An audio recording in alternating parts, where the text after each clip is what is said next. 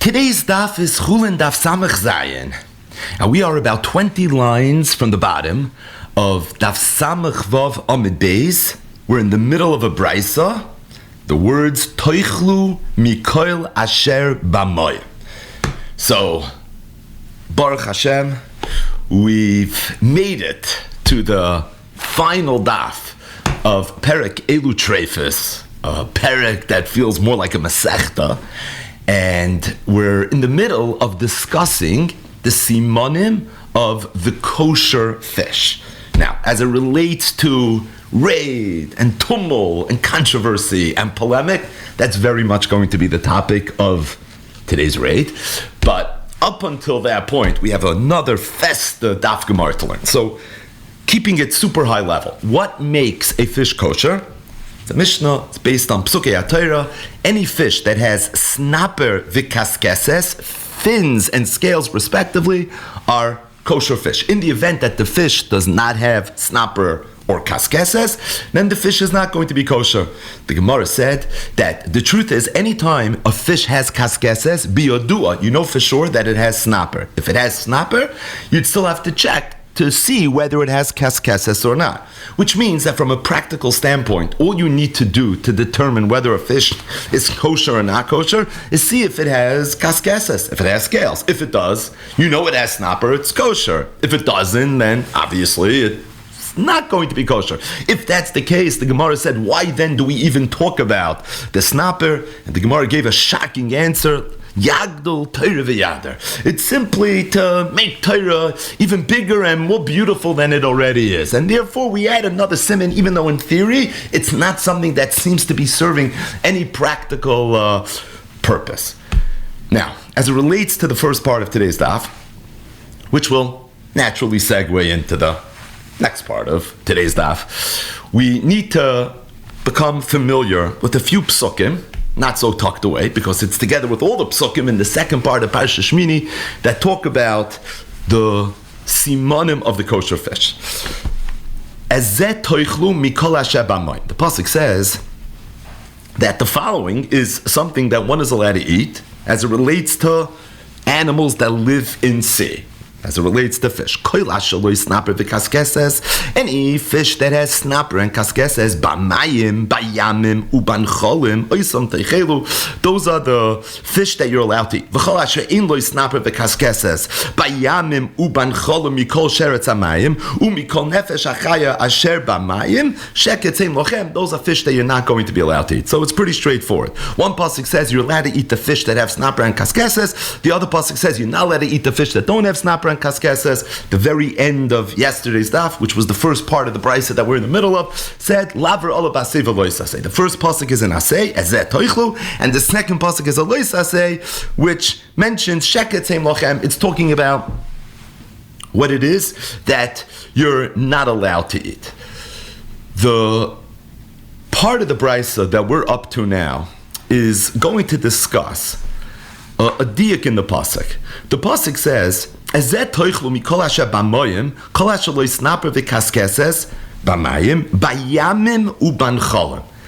The Torah is very specific. Where in the water these fish were found, that if they have snapper v'kaskeses, you're allowed to eat them, and if they don't have snapper v'kaskeses, you're not allowed to eat them. They were found by yamim, in the seas, ubancholim, and in the streams. Next pasuk says the same thing. V'chol asher ein lo yisnaper v'kaskeses bayamim ubancholim. It sounds a little bit like what would be if somebody found fish and it wasn't bayamim ubancholim. It was in a body of water, otherwise it couldn't live. But it wasn't a yam or a nachal per se. What would be the halacha there?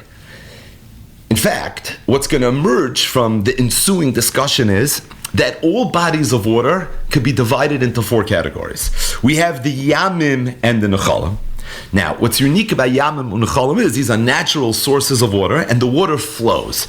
We're then going to have a category that is going to be flowing water, but at the same time, it's not yamim and it's not nechalim per se. What the brisa and the Gemara is going to refer to as neitzim v'charitzim. It's not Yam and Nechalim, but it's eerily similar to Yam and Nechalim. Then we're going to have the Beirut Shichun Ma'aris. These are ditches, pits. They're in the ground where there could be bodies of water, but the Chiddush is the water over there is not flowing. And then finally, Mayim Shebekalim. In the event that somebody has a keli and there's water inside, that's very different than the Yamim and the Nechalim. And all of this is going to be discussed in the Gemara in terms of understanding whether fish that's found in those other places, do they need to conform and comply with the Shulchan Aruch of Kol Ashaloi Snape V'Kaskeses Bam Mayim, then Ezet Toichlu. But in the event if it's Ein Lo Snape V'Kaskeses Sheket Seim Lochem, or maybe in the event that it wasn't found B'Yam and Nechalim, so it doesn't meet this very specific criteria that the pasuk talks about, maybe in that instance it's not going to be okay. Now the truth is, this Gemara may come as a little bit of a chiddush for a few reasons. I'm going to give it away. So, spoiler alert. If you don't want to know the ending before we go through the Gemara in real time, don't listen. But here's the punchline of the sugya.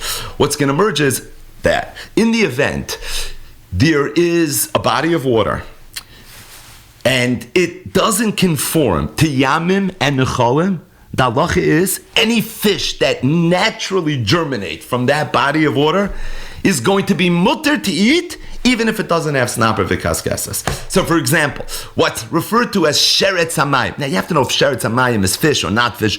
Don't do this without asking your local rabbi.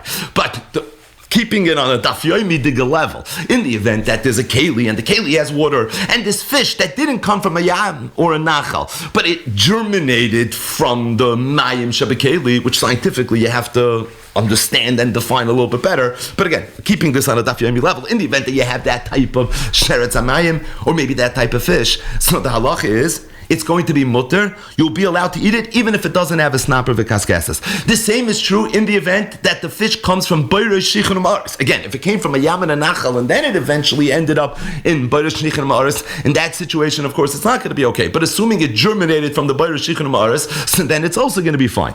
If it came from the Ne'itz and the Charitzin, that's similar to the Yamim and the Nechalim, that the Torah says, Mefurish, the only time you're allowed to eat it is if it has a snap of the kaskeses. If it doesn't have a snap of the kaskeses, it's not okay. Either way, that is the maskana. How we get to the maskana, it's a little bit of a tricky brisa. We've had a few of these recently, and on that note, Zok the Heilige Gemaras. It says in the pasuk, that's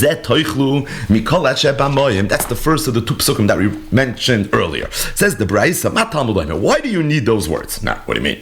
Don't you have to know that you're allowed to eat it? Yes. But look at the end of the pasuk. It says, so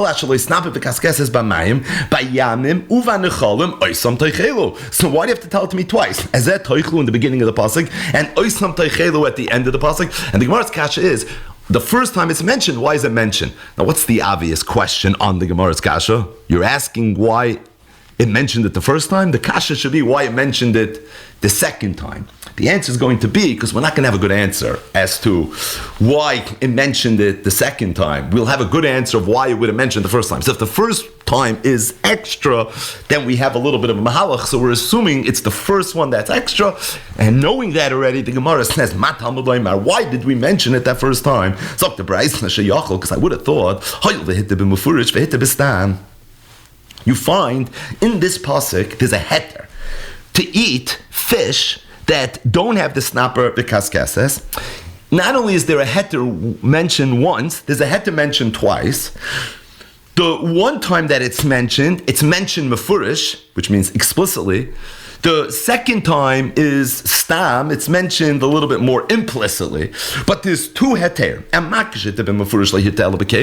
just like the one that's mentioned mefurish, we'll see what this all means later, is regarding kalim, meaning any fish or sheretz hayam that germinate in mayim shebekalim, that's going to be mutter.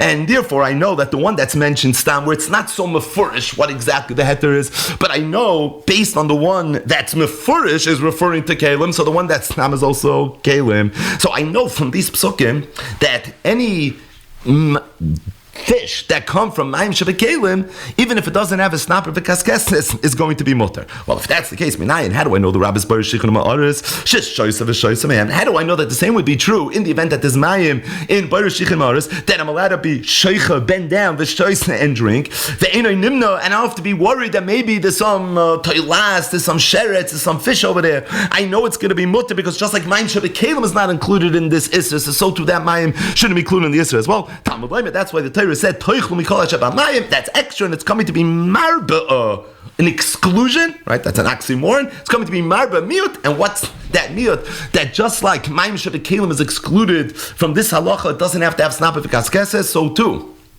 as it relates to the mayim that's in the Bayrat Shichin Ma'aris, the same is going to be true. Says the Gemara. Okay, so this is the Brisa, pretty cryptic. The question was, it says, it doesn't it say it right in the end of the pasuk? The answer is, here's the fast forward to the end of the part of the Brisa, what we need, it's coming to be marba, that any fish that's found in mayim that are in Bayra Shichin Ma'aris, you can be shoycha v'shoysa and nimna. You don't have to be worried about all these problems that maybe you can end up eating a sheretz mayim that doesn't have snapper v'kaskesses. You may end up in an issue. Why would I need a mefurish pasuk? Because although there is heter mentioned in the pasuk, but that heter I know was only talking about mayim shebekalim, not mayim that's in Bayra Shichin Ma'aris. How do I know that? Hayol v'hitter b'mefurish v'hitter b'snam, mak shitter b'mefurish lahitter el b'kalim, ak shitter b'snam lahitter el b'kalim. It says, where does this heter even come from? I don't see anything about where if there's a heter b'kalim, it's going to be okay, says the Gemara. Now again, we know this because we already spoiled this part of the Gemara. It said, toichlu mikol asher b'mayim v'goymer, and then what does it say? Bayamim uvan cholim. The pasuk is clear that these conditions that you have to have snapper v'kaskesses are talking about what? They're talking about in the event that the water was bayamim uvan cholim, and we learn from there that it's tafk over there who the chiyisli achol the lesser loy teichol. Where if it has a snapper v'kaskesses, you're allowed to eat it, and if not, not. But as it relates to mayim shebekalim, afagav the lesser achol, even if it doesn't have snapper v'kaskesses, it's going to be okay. Says the Gemara. I hear the diak. It says yamim v'necholim. So you want to tell me the only time there's a tanai of snapper v'kaskesses is b'yamim v'necholim. If it's not b'yamim b'necham, for example, it's mayim shebekalim, even if it doesn't have snapper v'kaskesses, it's going to be okay. Says the Gemara, I like the diak. I don't know if I'm so convinced about the conclusion. Ema, why don't we make the diak fakert? B'kalim afagav the islay loy teichel. Maybe the way you have to make the diak is that the only time you're ever allowed to eat fish, even if it has snapper v'kaskesses, is only if it's b'yamim b'necholim. But in the event that it's b'kalim, maybe the halach is that even if it has snapper v'kaskesses, it's not going to be okay. But the Gemara says, don't even have such a thought enter your mind. Because look at the next pasuk. It says, V'chol asher in loy snapper v'kaskesses b'yamim u'banecholim. Mikol sheretz amayim, and what is the end of the pasuk? It says over there, sheketz heim lochem, right? You're not allowed to eat that. So when the Torah talks about the fish that you're not allowed to eat, it says if it doesn't have snapper v'kaskesses and it's b'yamim b'necholim. What do you see from there? It's clear. B'yamim u'b'necholim, the less loy teichol. It's tafka b'yamim b'necholim, where if it doesn't have snapper v'kaskesses, you're not allowed to eat it. Habikalim, but if it's b'kalim, then you're not going to have the iser. Avakav the less le'achol. Even if you don't have it, it's going to be okay. So even though from the first pasuk the diak is maybe a little bit murky, I can go both ways, but from the second pasuk it's pretty clear, and that is that b'yamu b'necholim, that's where you have the isser of if it doesn't have snapper v'kaskesses. So you say meres, if it's not b'yamim b'necholim, it sounds like you wouldn't have the isser, which means the diak in the first pasuk is the same exact diak, and that is ezet toichlu mikol asher b'mayim b'yamu b'necholim. It's tafka b'yamu b'necholim when you need the snapper v'kaskesses to be able to eat it. But if it's b'kalim, even if it didn't have the snapper v'kaskesses, it's going to be okay. The bottom line is that, what do you see from here? You see clearly from the words b'yamu b'necholim that it's tafka b'yamu b'necholim where there's a tanai of snapper v'kaskesses. If, however, it was mayim shebekalim, you wouldn't have this tanai of snapper v'kaskesses. But I only know kalim, right? I only know mayim shebekalim. What about Bayra Shichin Ma'aris? That was the Brisa. I'm telling you the words azet toichlu mikol asher b'mayim. That's a riboy. It's a riboy to be marbe in the miyot. That this halacha of needing snapper v'kaskesses is true not only for Yamim b'necholim, not Mayim shebekalim, and also not Mayim in the Bayros Shichin Ma'aris. But the Gemara asks another kasha. Ve'ema, freit the Gemara, why don't we say b'mayim klal? That when it says in the beginning of the pasuk is that toichel mikol asher b'mayim kol asher leis nabed v'kaskeses. So that first word b'mayim is a klal. B'yamu b'nechalim, that's already prat, right? This halach is only true if it's b'yamu b'nechalim. And klalu prat ein b'chlal ala mashne b'prat. And we should say a klalu prat means only what's in the prat, and if that's the case, it should be yamu unechalim in the itzim v'charitzim lot.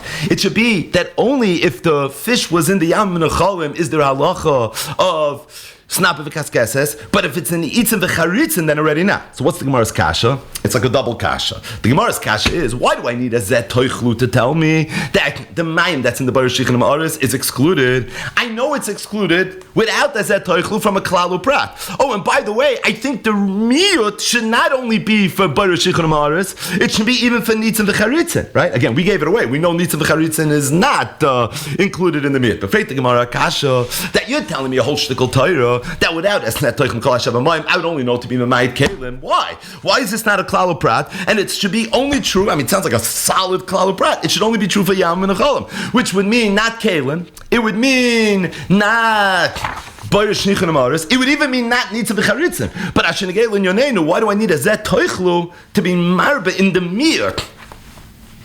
Boirish nichon amaris. L'chayr from the klal prat, I should know that. So the Gemara says, because it's not a klal prat. You know what it is? It's actually a klal prat to klal.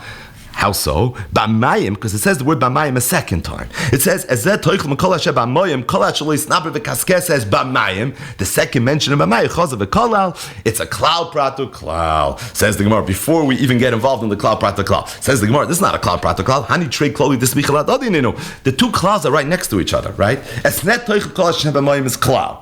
And then it says, Kol Shaloi Sam V'Kaskes B'Mayim is the second klal. What's the prat? B'Yamu B'B'Necholim. Klal Klalu Prat, that's not klal pratu klal. Ravina said, incorrect. Kedamri B'Marov in Eretz Yisrael, right? Ravina was from Eretz Yisrael. He said in Eretz Yisrael, they used to say, Kol Makom Shatamoitzi Shnei Klolis Asmuchon Zalzeh. Every time you find two klolis that are next to each other, Hatel Prat B'Neim, you can take the prat of, mean a klal Klalu Prat is the same as a klal pratu klal. V'Dunam B'Klal Pratu Klal, you can darshan into a klal pratu klal. The bottom line is, Tainas the Gemara, this is not a klalu prat, this is a klal prat to klal. Okay, so if it's a klal prat to klal, explain.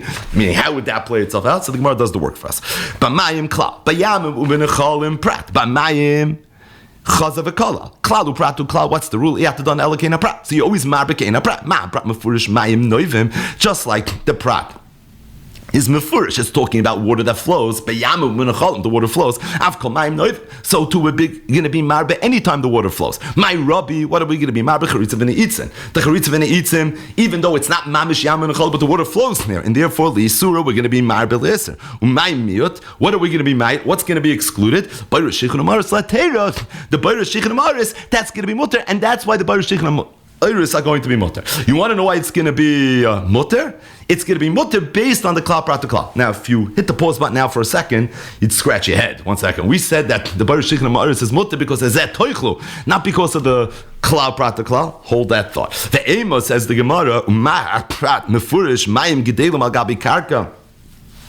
But why wouldn't you say that the way you darshan the keina prat is that the prat is mefurish, that's water that naturally is al gabi karkaf, kol mayim g'denim al gabi karka. So too we'll include in it any mayim that's naturally al gabi karka. Umay Rabbi, and if that's the case, we'll be marba le'isser afilu bayrush shichun amaris le'isura. Umay miyat, and maybe the only thing we should be memayit is kelim. Says the Gemara. In other words, how do you know from the klal prat to klal to be memayit bayrush shichun amaris? Maybe the only thing you should be memayit is kelim. But what's the svar to be memayit bayrush shichun amaris? Bayrush shichun amaris is not keina prat. What's the keina prat? The water flows.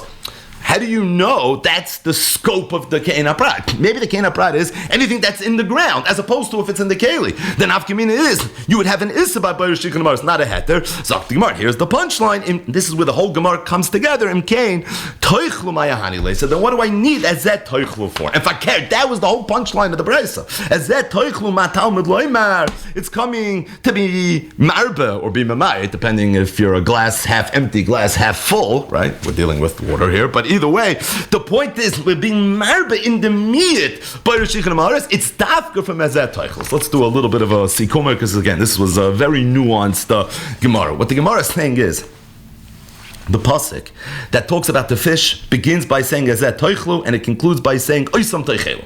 The first mention of Ezet Toichlu is Miyuter, it's extra. And the question is, why do we even mention it? What emerges from the maskana of the Gemara is, because in this pasuk, as much as we're laying down the law of the sea, as it relates to when fish are kosher and fish are not kosher, and the rule is, if it has snape v'kaskeses, it's kosher, and if it doesn't have snape v'kaskeses, it's not going to be kosher. But the pasuk also mentions that this is true. This Shulchan Aruch for fish and the shrotzim and the toilois that are found where? They're found in the yamim and the nechalim, which opens up the window to assume that maybe it's not always going to be true.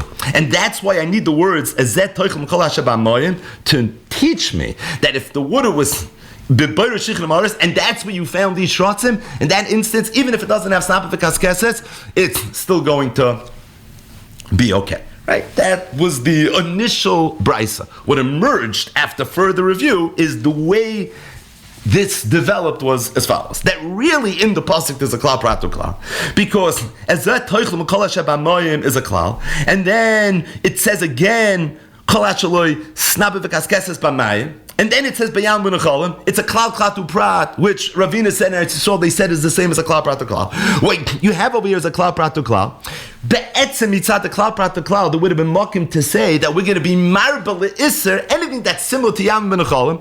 Included in that would be ni'itzim v'charitzim. That's really similar because the water flows like the Yam B'Nechalim. Additionally included in that is the Baruch Shichin Amaretz, where even though it doesn't flow, but it's gedalim b'karka. The only thing we would have been memayit is kalim. But now that it says Ezet Toichel Mikol HaShabamayim, that's a riboy to be marba, or to redefine exactly how I'm going to view the Ke'ena Prat, the Klal Prat to Klal. And what we say is that the Ke'ena Prat is only marba le'isser, the Ni'itzin v'charitzin, but as it relates to the Baruch Shichin Amaris, that's like the Kalim, that's going to be Nesmai. Hence, at the end of the day, Ezet Toichel Mikol HaShabamayim was the Rabbi's Baruch Shichin Amaris lehetera, that it's going to be mutter, that it's not included, it's excluded from the Ke'en HaPrat. Either way, says the Gemara.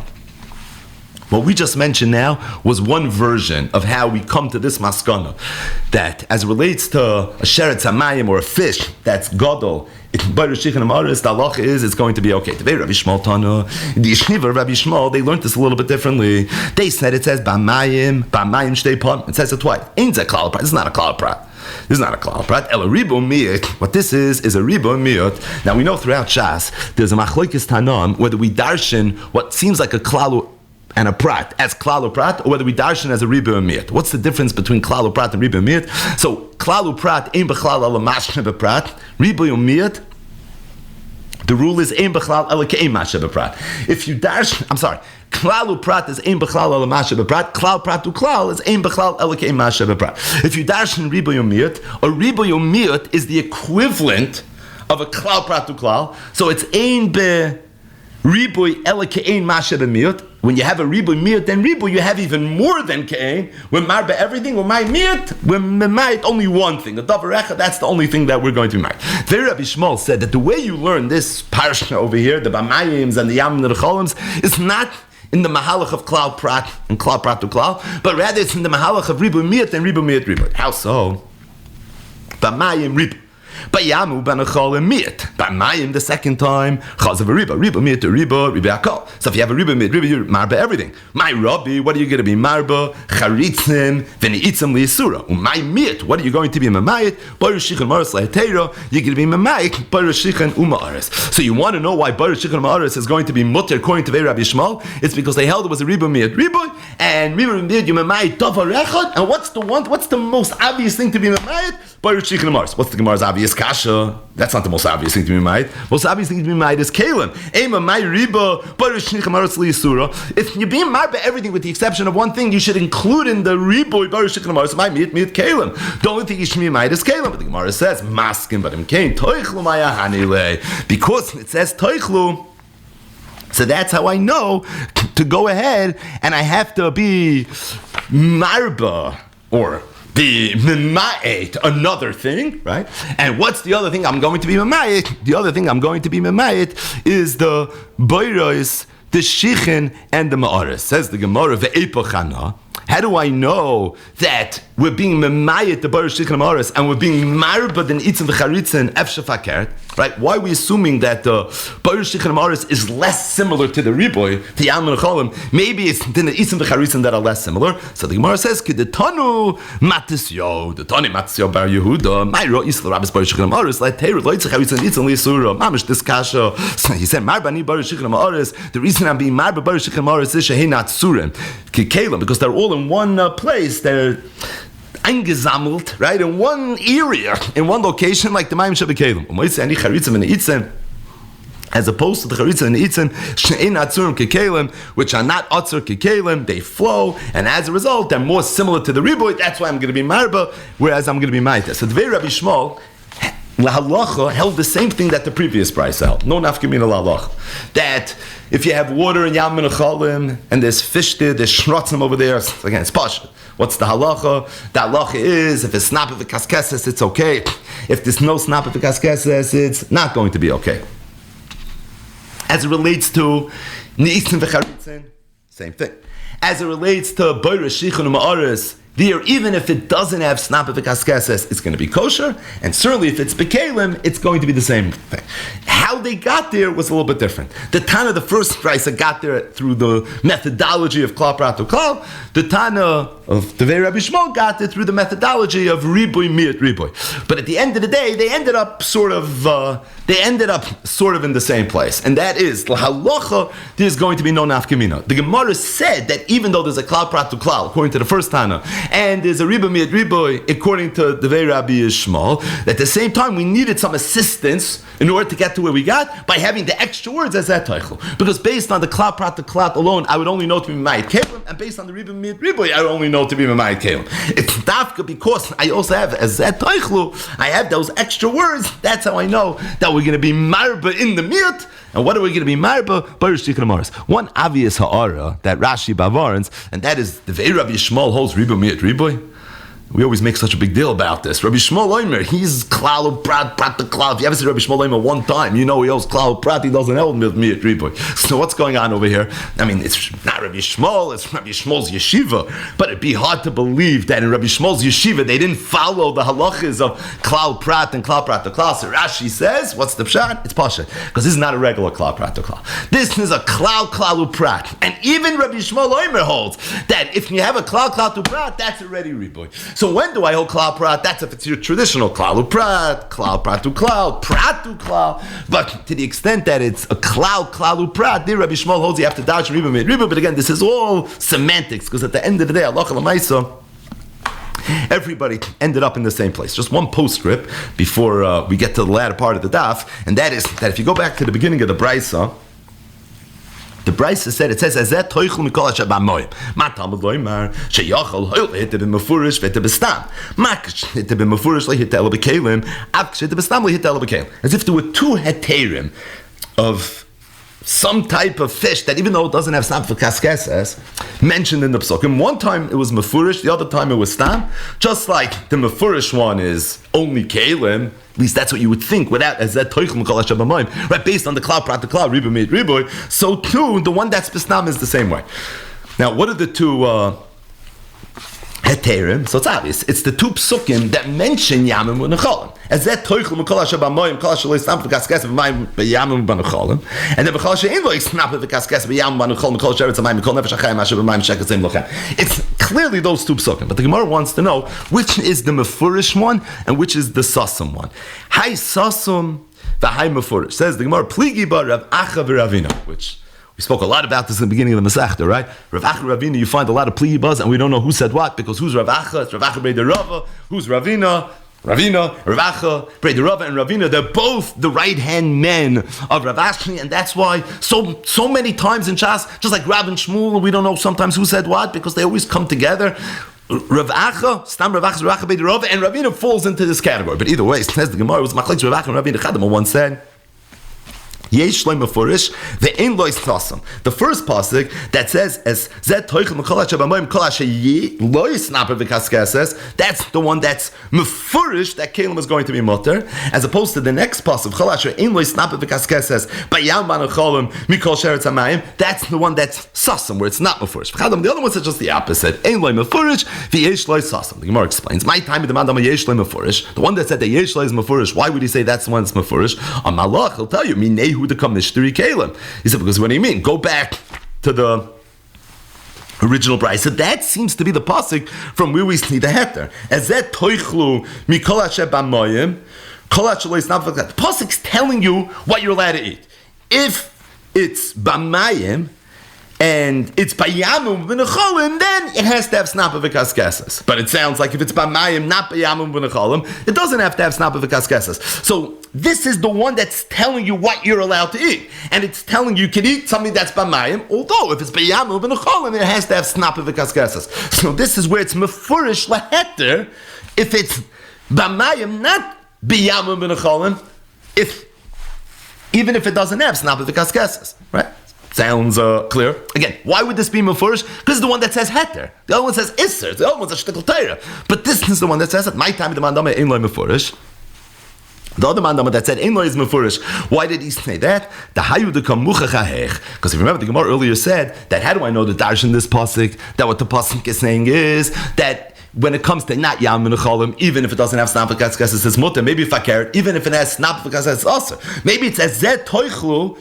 The only time you're allowed to eat it is if it's A, b'yam menuchalim, and B, if it's not. Could be it's two criteria. But if it doesn't have snap v'kaskes b'yam menuchalim, or if it's not b'yam menuchalim at all, then I can never eat it. So what was the answer to that? The answer to that is I knew from the next pasuk that it's not that way. So being that this second pasuk was really megala on the first pasuk, so that's the one that ends up being mefurish. Meaning the first one is mefurish laheter, but the second one is where it's more mefurish. How exactly you're supposed to read the first pasuk? But either way, says the Gemara, what's the pshat in the mandama that holds that ein loy is mefurish? It's because the hayu de kamucha chahech imehech. If I only had the first pasuk,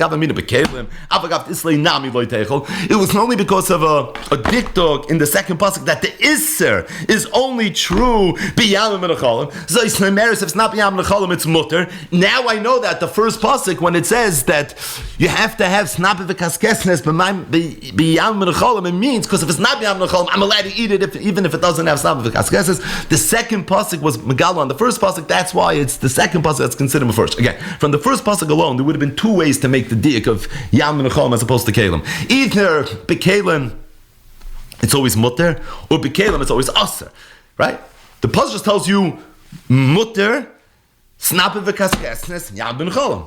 What if it's b'kalim? So could be it's always mutter, even if it doesn't have snap v'kaskesnes. Could be it's always aser, even if it has snap v'kaskesnes. Second pasuk is talking about isser, and it makes the same diak. So there I know the isser is only b'yam menuchalim. Oh, so I know already the isser of ein loy snap v'kaskesnes is only true b'yam menuchalim. So if that's the case, must be that b'kalim it's mutter. It's mutter. Even if it doesn't have snapa v'kaskeses, which means that when the first pasuk told me mefurish the heter, or with regards to yam and chom snapa v'kaskeses, it was coming to exclude kalim, not that it's always us, that it's always mutter. So again, there's two ways to look at it, which is why Rav Achabrei de Ravina and Ravina, or Rachabei the Rav, and Ravina looked at it in these two conflicting ways. Either the first one is mefurish because that's the one that's talking about heter, or the second one that is mefurish because that's the one that teaches me how to learn the pasuk. That's taka mefurish laheter. The one that's mefurish laheter should be the one that's mefurish. But being that I don't see it mefurish in the pasuk without having to come onto the second pasuk, that gives you makom to learn that the second pasuk is really going to be the one that mefurish. Either way, this concludes the longer, harder, more complicated part of today's daf. The second part of the daf really can go as quickly as we can talk. So let's see. Sagt the Heilige Gemara. Am Rafuna. Rafuna said, "Lishbi inish shichra b'tziv yasabort." Now let's just meditate for 1 second on this chiddush that we just said. And that is, if somebody has a body of water, and inside this body of water, there's some toilas, a sheretz, maybe even a fish, that somehow germinated there, minei ubei, from the water. The halach is there's no isser. You're allowed to eat it. Doesn't have to be kosher, not kosher. There's no tenai of snap of kaskeses. It's going to be it's even true in Baruch Shichin Amaris, based on the riboy. That's going to be okay. Based on that, Rav Huna said, I'm going to tell you something. Beer sometimes would be wormy back in the day. And there was an understanding that the worms that were found inside the beer germinated from the beer itself. And if that's the case, it's the equivalent of a sheretz hamayim that's a mayim shebekela, right? Because the beer doesn't come from the sea, it comes from the keg, right? The bong, or wherever it comes from. But the bottom line is, that's where it originates from. And if that's the case, really it should be mutter. So if somebody wanted to go and just drink beer without sifting it and making sure that these worms were not there, as long as you know it came mineu bay from the beer, that in and of itself would be okay. So with that anacha zok Rav Huna, but there's one thing you better be sensitive to, and that is because even though these worms are kosher, but let's be honest, I'd rather not have the worms, right? So therefore, if somebody's going to go ahead and he's going to want to sift them out, and he's doing it in the evening, so old school, you don't have a geschmacka strainer. So what they would do is they would take like twigs, they would put it on top of their beer mug, and now you're pouring from the cask on top of it, and you're hoping that all the worms end up staying on top. He says, don't do that at night, because I'm concerned that the beer has worms. And the worms are going to crawl a little bit on top of the twigs, on top of this proverbial sifter. And they're going to fall into the kois. And now you're going to have a problem. Because as much as it's true that these shrotzim are okay, if they're naturally from the beer, but the minute it starts creaking a little bit on dry land, or even on top of these twigs, now already you're going to have an issue. And if that's the case, don't do this. If this is what you're worried about, you're telling me that even though the sheretz hamayim b'chai gavna is going to be mutter, but the minute it goes ahead and it walks, Dalet Amos on dry land, it's going to be an issue. Well, if that's the case, b'mana nami, then even when the beer is in the keli, why are you not considered duma parish l'dafna demana? Maybe this tailas was somehow able to get out of the beer. It crawled on the walls of your beer mug or of the keg, v'hada nafal demana, and then it fell back in. And why is that not an issue? The Gemara says hasam hainu revisa. No, there it's different. If it's inside the mug, in the barrel, then already that's considered that it didn't leave its natural habitat, and as a result, that doesn't make it a sheretz hasheretz al haaretz. If it's on top of these twigs, even though it's in part of the beer pouring process, that's already considered external. That's when you have an issue. Says how do I know this svara that what? That in the event that the toilas, the sheretz, is poirish, but it's within its natural habitat, it's going to be okay. Says the Gemara, the Tanya, we learned in a brayso. I mean, the Rabbi's Baruch Shichin Amaris Sheicha v'shoisem and ve'ino nimna. Brayso sounds familiar. That was the previous brayso that we just spent the first half hour on, and that is, how do you know that in the event that somebody wants to bend down and just drink water from Baruch Shichin Amaris, you could do it. There might be things that you're not allowed to eat there. It's fine. Talmud Leimer, it says, why are you not worried that maybe one of these little creatures went to the wall of the Baruch Shichin Amaris, crawled a little bit, and fell back in? And if that's the case, it should be also because sheretz hasheretz al haaretz. You have to say because that's natural habitat, and just like it's natural for these creatures to be on the walls of the Baruch Shichin Amaris, same is true for the beer, and as well, it's not going to be an issue. Rav Chizda told Rav Huna, I have a raya from a brayso to support you. What?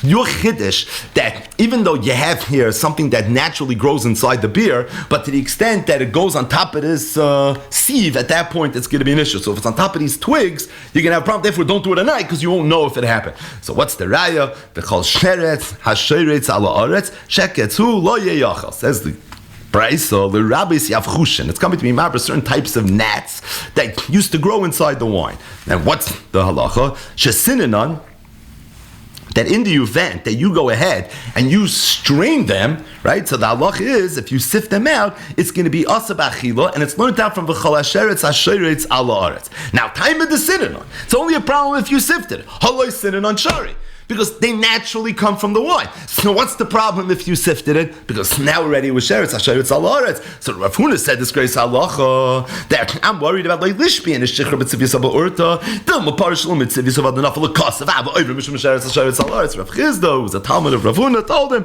Tanya de Mesayelach Rebbe have a brayso that supports a mefurish brayso.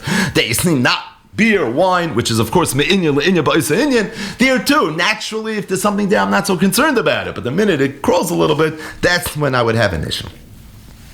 So on the topic of sheretz hasheretz ala aretz, again, what's this idea? That if you have a teilah, something that grows naturally in a body of water, in a beverage, as we'll see in a minute, even in a fruit, so the halacha is it's going to be okay. However, if it's sheretz ala aretz, then already it knocks it out and makes it a problem. Shmuel said kishus, as relates to kishus, this vegetable, slia bi'ibel, that became wormy, and it became wormy while the kishus was attached to the ground. Aslurim mishum hasheretz hasheretz ala aretz. The halach is, it's going to be a problem. Why?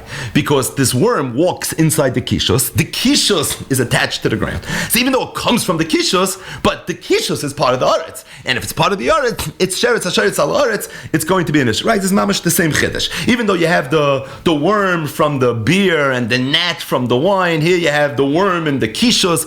But the minute it's sheretz al aretz, it's giving me an issue. And Shmuel took it to such an extreme. He said, even though it's in the kishus, but if the kishus are attached to the ground, that's already sheretz hasheretz. Says the Gemara, I think I have a right from a brayso. Tani chad we learned in a brayso. It says hasheretz ala aretz lohitz. It says hazizin shebadoshim. It's coming to be mamayet zizim, certain types of gnats that are inside lentils. Vesayetushin shebekleisim. Additionally, the yatush, which is another type of sheretz that's inside chickpeas. V'teilash shebetmarvish shebekroigres. Or the words that are sometimes found inside dates and figs. The point is, all these things are going to be mutter. Why they mutter? Because they're not sheretz ala aretz. So if they're naturally from these places, it's okay. But Tanya to into another brayso. It says l'chol hasheretz hasheretz ala aretz, and we learn from l'chol hasheretz l'rabbis teilash the ikrei zayis v'shegei that if you have a teilas that's in the root of the zayis and the geffen, it's going to be an aser. You have a stira. What's going on over here? Are the teilas that are inside the fruit kosher or not kosher? My love, isn't it reasonable to assume that they're both talking about when they're inside the peri? Where it says it's also it's where it was attached to the ground. Oh, it's attached to the ground, so now it's sheretz ala aretz. Shita Shmuel. If it's not attached, then it's going to be mutter. But the bottom line is, the Gemara says, could be they're both talking about where they were attached. Because being attached then of itself is not an issue. If you're walking in the kishos, just because the kish is attached is not going to be a problem. One is talking about where you found the teilas in the peri, then it's mutter even if it's attached.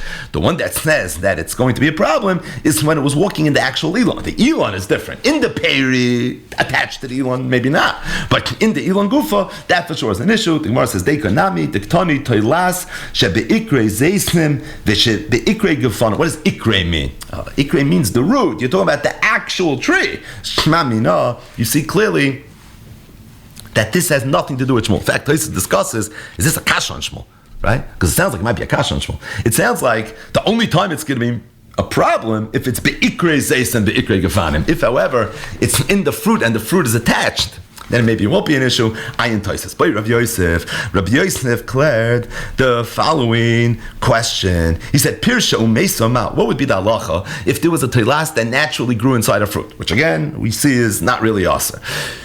If it's sheretz ala aretz, for sure it's going to be aser. What if it was pirsha? It came out of the fruit, and the minute it came out of the fruit, before it was able to walk the proverbial daled amis, boom, it plitzling died.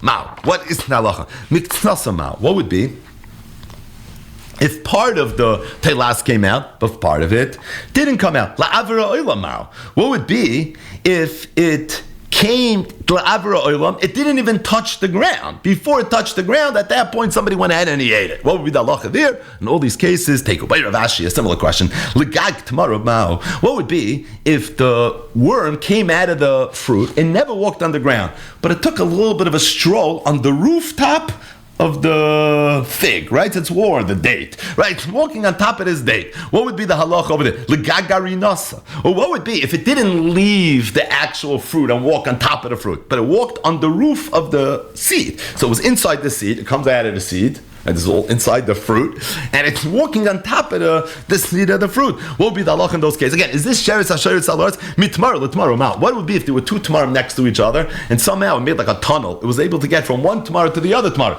Is that called sheretz hasheretz al haaretz? For all these kashas, we're gonna have to wait for a Tishbi. The Gemara says Teiku Tishbi Yetaretz Kuchins v'Yebois. Amar Rav Sheshes. Rav Sheshes said Berei de Ravidi. It's not Ravidi. So if it's Rav Sheshes Berei de Ravidi, it's probably Rav Shesha Berei de Ravidi, right? So Amar Rav Shesha Berei de Ravidi, who you find throughout Shas, Kukiyani Asiri. Kukiyani, so Rashi says, Kukiyani are certain worms that were found inside the liver and the lungs of the animal. These things are going to be awesome. My time, and what's the reason? Also, because the animal must have swallowed it. That's how it got there. And if it came me'alma, so that would be an issue. Rav Ashi said, if they really came me'alma, they should be in the digestive tract. Why are they in the liver? Why are they in the lungs? They're in the wrong place. And Rav Ashi therefore said that I don't think they came from somewhere else. They must have naturally germinated, again, whatever that means, in the liver or in the lungs, and as a result, they're actually going to be mutter. Igad some say, Rav Sheshes Berei de Ravidi, Kukiani Sharu, that Rav Sheshes Berei de Ravidi didn't say Kukiani Asiri, he said it's mutter. My time, Minei Gavli, because I believe it never came from the Aretz. It's not a Sheretz HaSheretz Al Aretz. And being that over here he said mutter, so Rav Ashi is not going to ask, he's going to support. And Rav Ashi Pshita, it's so obvious. Di Me'almu Kasim, because if it came Me'almu, L'shtachu Derech Beis Harei, you should have found it derech beis harei, and being that it wasn't derech beis harei, must be it came in Eobei, and if that's the case, it's going to be mutar. So what's the halacha? Kukiani asiri. So after two versions of sounds like Kukiani should be mutar, Kukiani is really aser. My time, and what's the reason? Meinam nai va'aylilu be'usia. Because it could be it really came from outside. Why is it not in the muggin somewhere? Because maybe it came derech the nostrils. Wouldn't you know? Wouldn't the animal know? The animal should have sneezed it out or something. Maybe it happened while he was sleeping. The bottom line is, as a result, the halacha is, you still have to be chayish, that it's a sheretz al haaretz, it's going to be aser. Darnei de bisra. So what are these? So Rashi says, these are toiloim that are found between the skin and the flesh of the animal. So they skinned the animal. All of a sudden, they found these worms. Asiri, they're awesome. The kavri, if you find the same guys inside the fish, sharion, it's going to be mutter. In fact, Amli Ravina le'ime. Ravina told his mother, Avla li vana echel.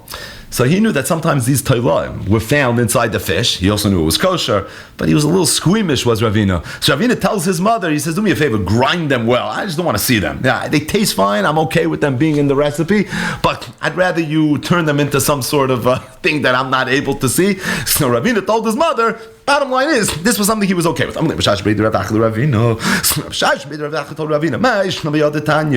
don't understand. You're telling me that these toilam that are in the fish are going to be mutter. Doesn't the pasuk say vesnivlasam tishaketzu l'rabbis es hadronim shebebehema? You see the ones in the behema also, which we mentioned. Darni the bisra asiri. So what's the difference between the behema and between the fish? Amalesi told him hachiyach. It's not a sushta. Behema b'shchitu dekamashtaria. The way a behema becomes mutter, it becomes mutter through shchita. Being that the shchita doesn't help for it, that's for that reason it's going to be aser. Aval dogim, as it relates to the fish, basifa ba'alma mishteri. Fish don't need shchita. Therefore, these, when they grow, it's not going to be an issue. Here's the point: these darni the bisra and darni the kavri grew naturally in the behema and in the fish, respectively. As a result, it's not included in this ishratzim, because the ishratzim is only if it's a sheretz al haaretz. So therefore, naturally speaking, this should be okay. Stating that, when it comes to the bus, is another reason it's a problem. You know why? Because everything natural to the behema needs shchita.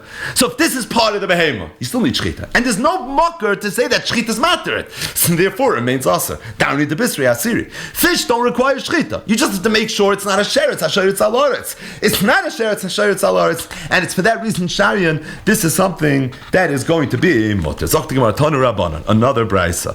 So the Torah says, Kol hoylech al gochoin, v'kol hoylech al arba. Ad kol marbe raglaim, chol hasheretz al haaretz, lo yisoichel kishaketzem. So talk about different shkatzim and shrutzim and amusim, you're not allowed to eat these things. So the Gemara is going to dash in this passage. Hoylech al gochoin zenach, referring to the snake, also to eat. Koil, the rabbis hashulshul.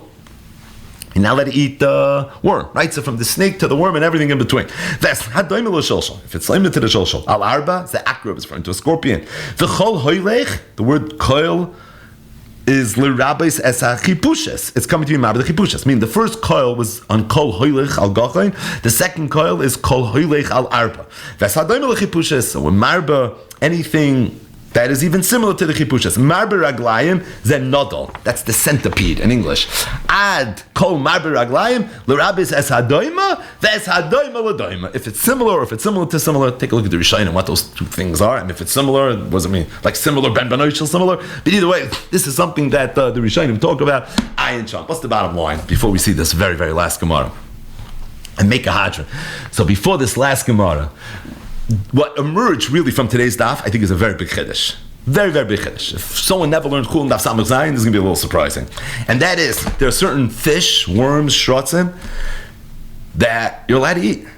There's an idea that a sheretz that naturally grows in a body of water, that's not yamim u'nechalim, and l'maskana sagamara, either it comes from a keli, or it comes from Baruch Shichin Amaris, it's okay. There is no laws of kashrus. Halacha l'mais, it's a brisa. You're allowed to bend over to Baruch Shichin Amaris and just drink from it. Who knows what in the world you're going to end up drinking? It's fine.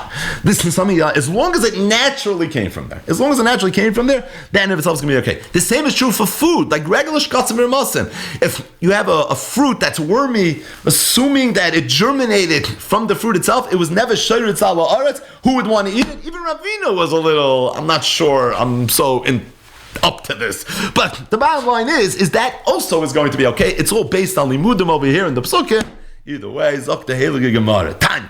It feels like a hadron. Rabbi Yosni ben Damascus, ben Damascus said, Leviosan dagtaru. In the world of kosher fish and non-kosher fish, you should know that Leviosan is a kosher fish. Now, I know that Shenemar, Pasuk says, and this is Eve Perik Memala. He was talking about the Leviathan. He said, Gaiva afike moginam, tachtav chadudei chores. Afike moginim, it has shields that protect it. Elu kaskasim shavai. The Leviathan has shields, right? The Leviathan is big, strong, it's powerful. So it has a shield that protects it. And that's the scales that protect the fish.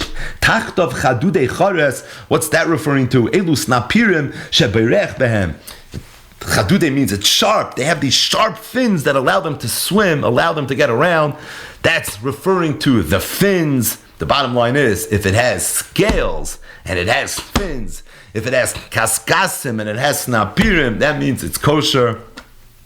And on that note, hadron alach elu trefes. So as it relates to raid, Perik elu trefes concluded with the sugyas related to fish.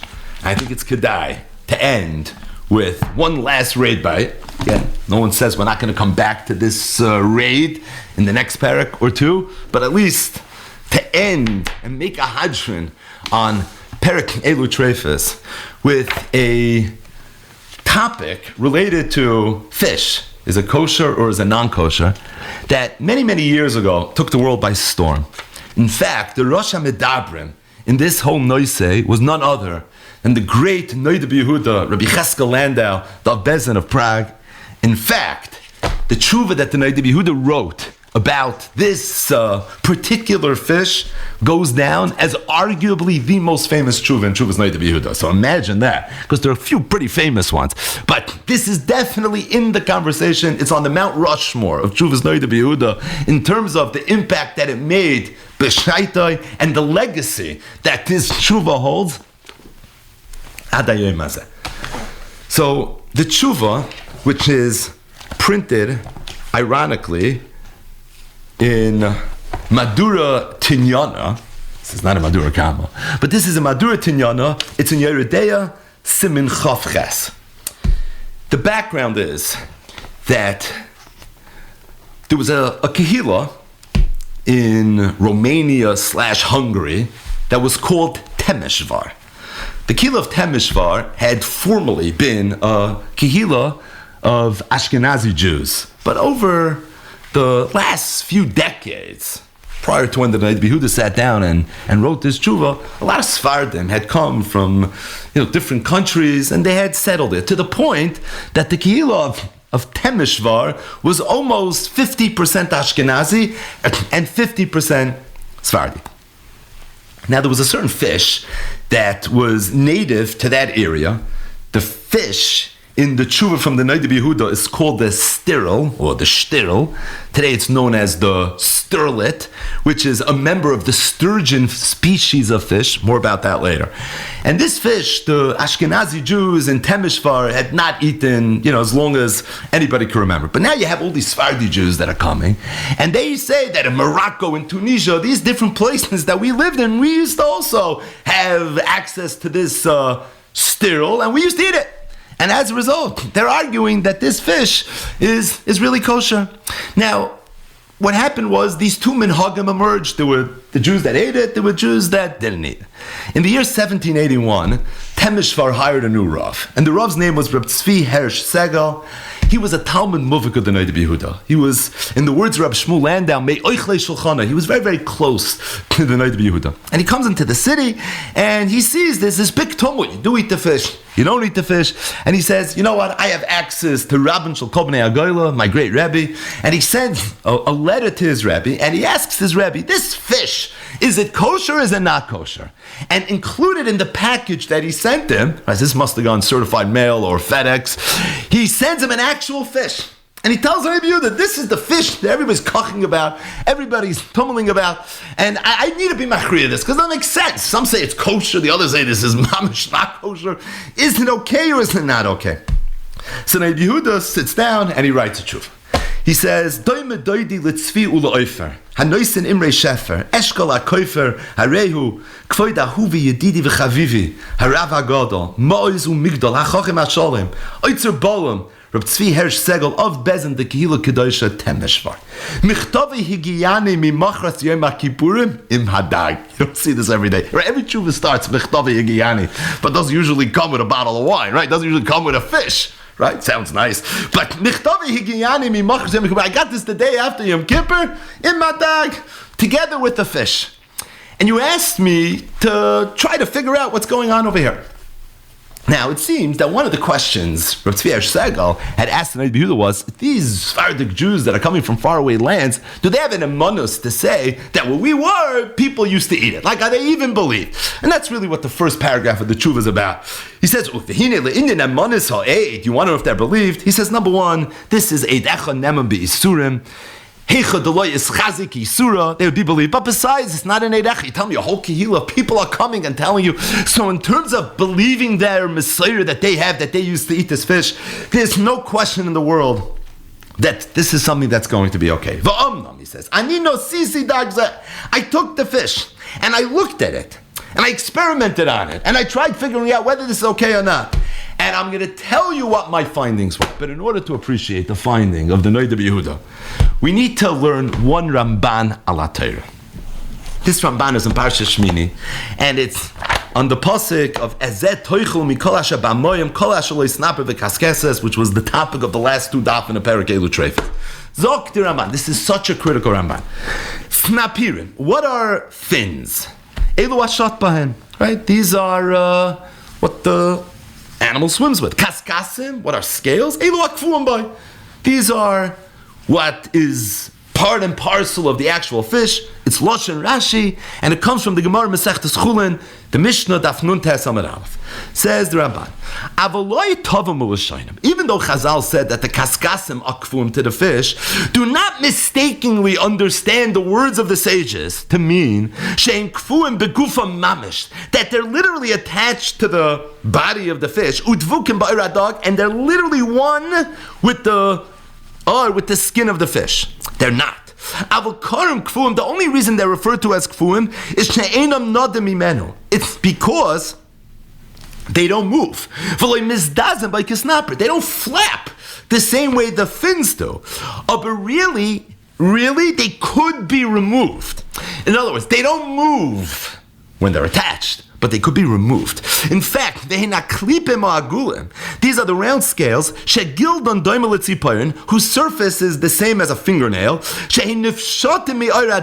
which can be peeled off the skin of the fish by hand, or with a knife. Aval koshu kavua, but says the Ramban, anytime you have these scales that are literally kavua v'davuk b'iradag, and they're attached to the skin of the fish, ve'enoi nifram in a klal, and they cannot be removed. You can't detach them from the oir of the dag. Einoi kaskeses. It's not scales. Ubalav asaru, and the owner of this fish would not be allowed to eat it. For the kach amr b'gemara, says the Ramban. He goes to work over here. That's why the Gemara said, we learned the Gemara yesterday's daf. On daf samich vav amabez, the kaskeses levushahu. The lashon of Chazal was that it's a levush. What does it mean it's a levush? Because a garment, a beged, you could take on, you could put back off. Uloshen atoysefta, eloena kaskasim shem melubish bahem.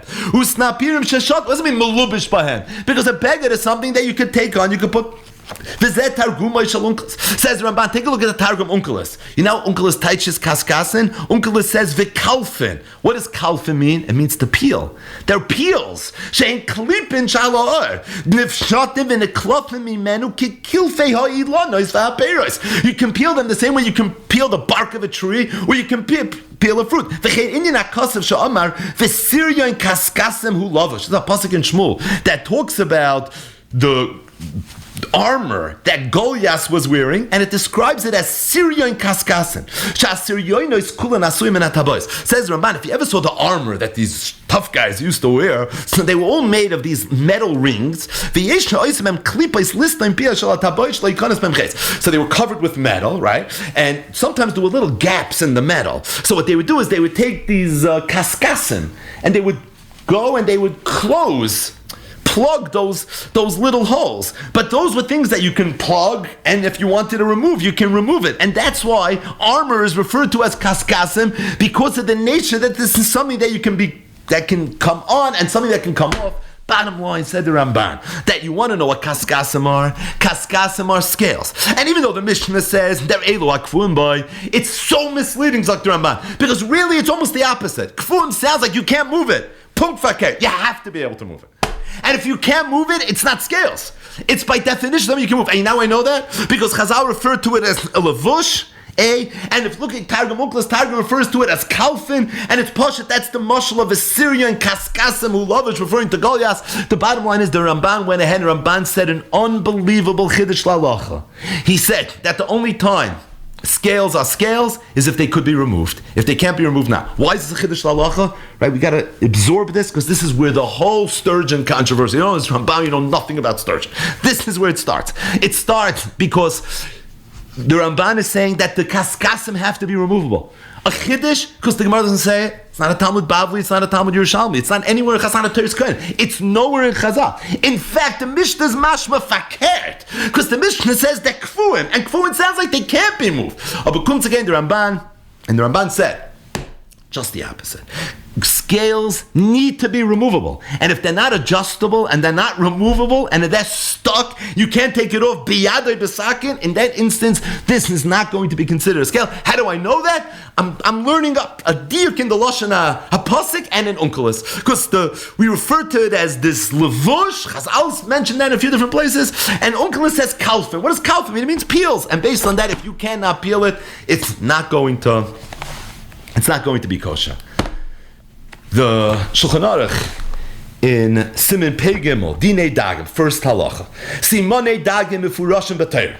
Kol sheyesh leisnaper v'kaskeses tahar. V'snaper hu sheshot boi v'kaskeses ein aklipos hakvuis boi. It's literally a Mishnah in Elu Treifus. Chulin and Testament Alf. Says the Ramah, v'dafka shein neklofim b'yad.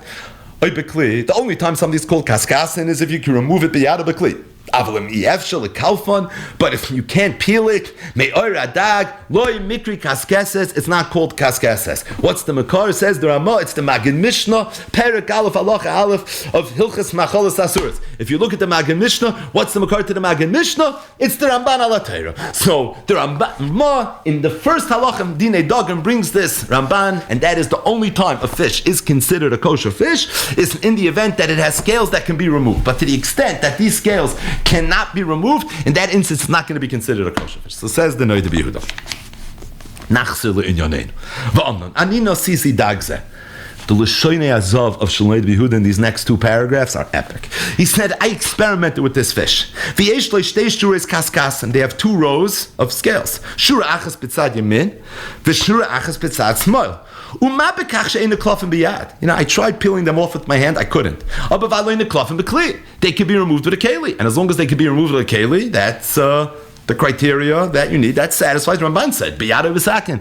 That's enough to say it's considered peel. V'gam no sisi la'achash hashara b'klisheni b'mayim in ha'efesh ha'korin loik. He said, I put it in water, and I left it there, and I added loig, I added some chemical inside of it, and after that, niklafu biyad. I was even able to peel it with my own hand. Uledaiti, says the Noida Behuda, afilu loy hoyin niklafim koidim shriya kla. Even had I not been able to peel it before I soaked it in this chemical-laden mashka, rak acha ashniya anal, kam kenu simentayra. I would have thought that's okay. Don't suggest you're going to say, maybe, what do you mean, if you add chemicals and now all of a sudden you're able to peel it, that's a sign it's mutter? The chemicals removed it. The mayim azim is what moved it. I didn't do it biyad, I didn't do it bekeli, it was the mayim that did it. The mabekach, who cares? Soif, siryoin kaskasim ulavash. I read the Ramban. The Ramban said that it has to be a lavush. A lavush means it can come off. What's the difference? How you remove it? If you remove it biyada b'sakin, the Rabban said, or you did it with some chemical. If I can remove it, I can remove it. So to me, the Nabi says, I was able to get it off a clear. But the minute I soaked it, boom, it came off in a second. 3 hours, you'll see, it's going to peel right off. Add a little chemicals, who cares? At the end of the day, this was something I was very easily able to remove. Says the Nabi, then, therefore, as far as I'm concerned, this fish sounds kosher. And then the Ramban says, the Noib Yudah says, that the Ramban laid out in Parsha Shmini, that in the event that you can't peel it, it's not considered kosher. If there was anyone else in the world that would have said this chiddush, I would have gone up against him. Because who cares that you can't peel it?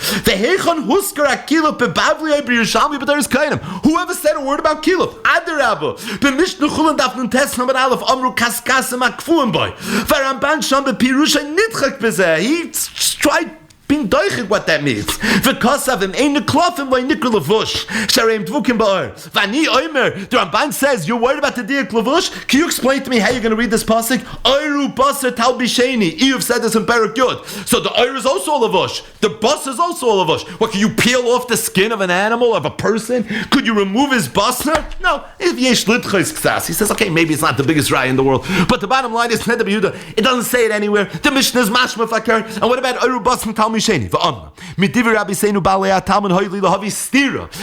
Yehuda said, if you ask me, I think I have a raya not like the Ramban, because if you take a look at the Gemara, so the Gemara says somebody brought Rav Ashi a certain fish. And he asked Rav Ashi, is this a kosher fish or is this not a kosher fish? So the Gemara says Rav Ashi went lahadiya and went to the sun. He saw it had scales. V'sharya, and he said it was mutter. Says the Noida Behuda, Uledivrei Aramban, Ma bekach dechazi la'ein Hashem b'shayu b'tzimchi. Who cares that he looked in the sun and he saw that it had scales? Akati man yemach and a klafim imenu. How did he know that you were able to peel it? V'hayu loy l'nasais. He should have tried. Elavadai. This is a raya not like the Ramban. The cholhecha de emes hayu kaskasin lo ichpas lanim neklafim. So he says, you're asking me, I learned this Ramban, I'll tell you. I know this Ramban. And if it wasn't the Ramban, ho yisi don kenegdai. You know why? 4 reasons. 4 reasons. No, it doesn't say a word about Kiluf anywhere in Chazal. It's not in Bab's Nine Yerushalmi, and it's not in Teres Kainim. Number 2, the Mishnah is mashma fakert. The Mishnah says kfuim bay. Kfuim bay means kfuim bay. The Ramban saying a shtickle Torah to be madchik. What kfuim bay really means? Oh, it's not. It means it doesn't flap. But no, kfumay sounds like it's part and parcel. The diak of lavush. What about oiru basar tal b'sheni? And I have a right for the Gemara, but it's not the way, because the whole story about Rav Ashi wanted to see if an animal. He saw that scales. He knew it was good to go. What do you mean? Just because it has scales? Yeah, it means it has fins also. We understand that. But how do you know you can peel it? Why didn't he check? He assumed it could chassid from the Gemara, like the Noida Behuda.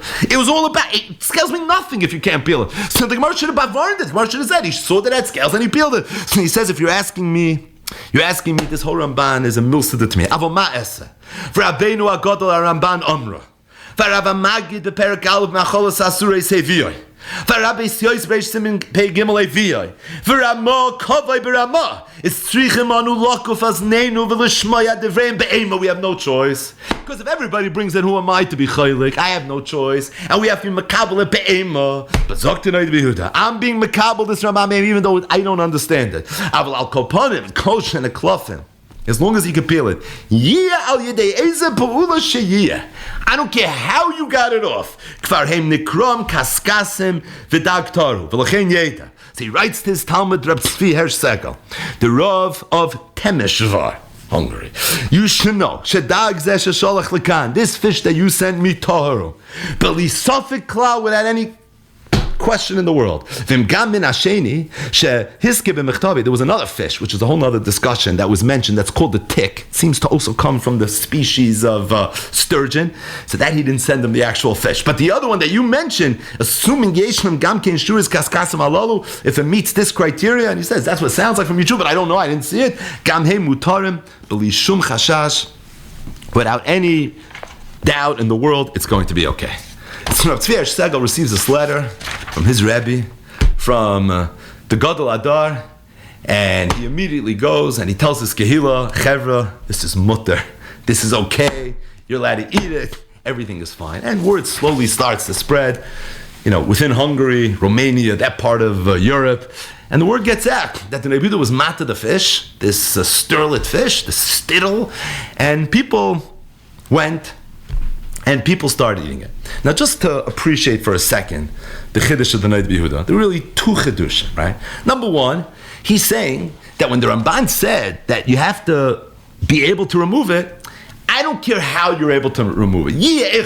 As long as he can remove it, that's going to be okay. Even if it takes 3 hours of water, and even if you have to add some chemical into it, I don't care, right? His lashon is al koponim kol sheneklofim al yidei eze peula sheyiyah. Right? It doesn't matter how. As long as you can remove it, that it means it's a lavush, and that in of itself is going to be okay. And it's coming a little bit from a place that this whole Ramban's a chiddush. So to me, tafastem or tafasta, tafastem rubaloi tafasta. But the bottom line is, that's the first chiddush of the Noda B'Yehuda. Right? No one said it before the Noda B'Yehuda.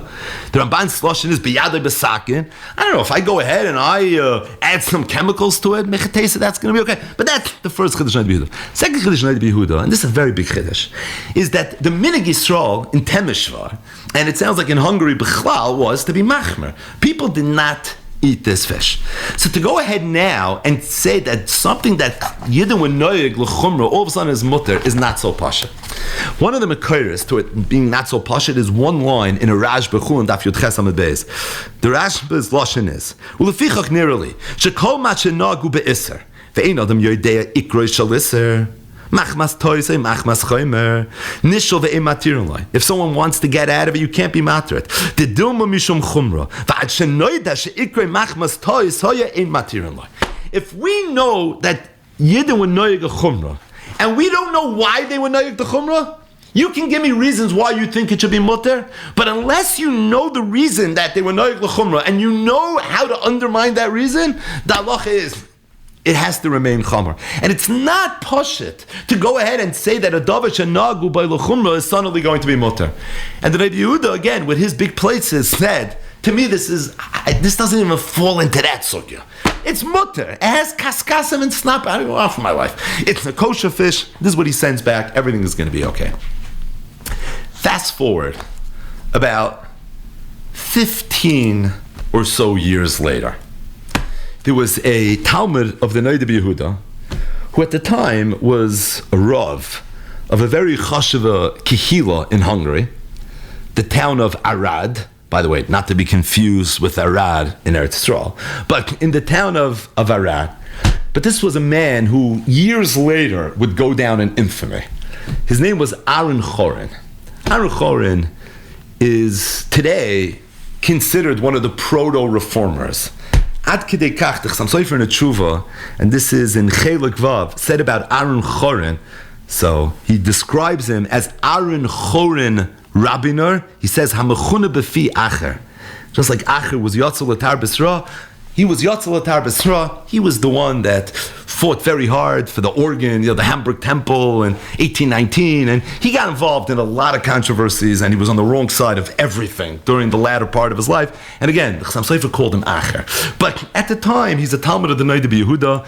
He comes across as being very sincere and very earnest, and he decides that it's a chutzpah, that there are people in Hungary that are still being machmer and not eating this sterlet fish, despite the fact that Rabban Shel Bnei Agoyla, the Noida Yehuda, went, and the Yehuda said that it was mutter.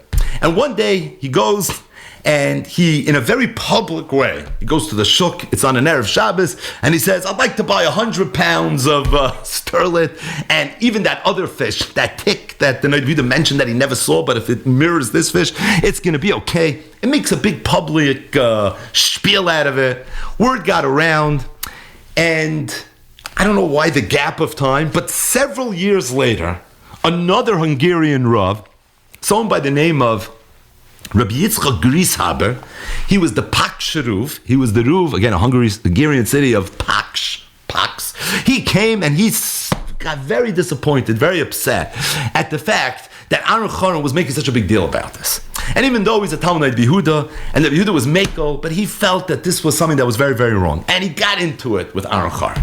And they started having an old school intellectual debate. So, if you're familiar with polemics from back in the day, so sometimes they would just duke it out in a couple of chuvas, and sometimes they double down. They start writing kuntresses and megillas, and it gets very, very intense. And in the year 1798, this is 17 years after the Noida Yehuda had written his tshuva. It's 5 years after the Noida Yehuda already passed away.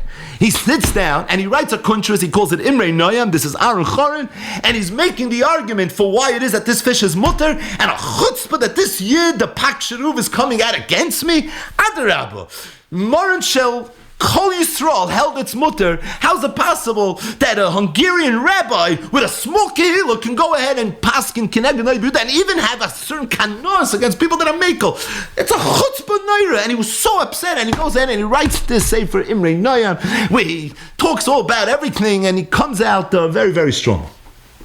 Now, Aaron Choron was a very clever man till the end of his life. He was very, very smart, and Aaron Choron did his work.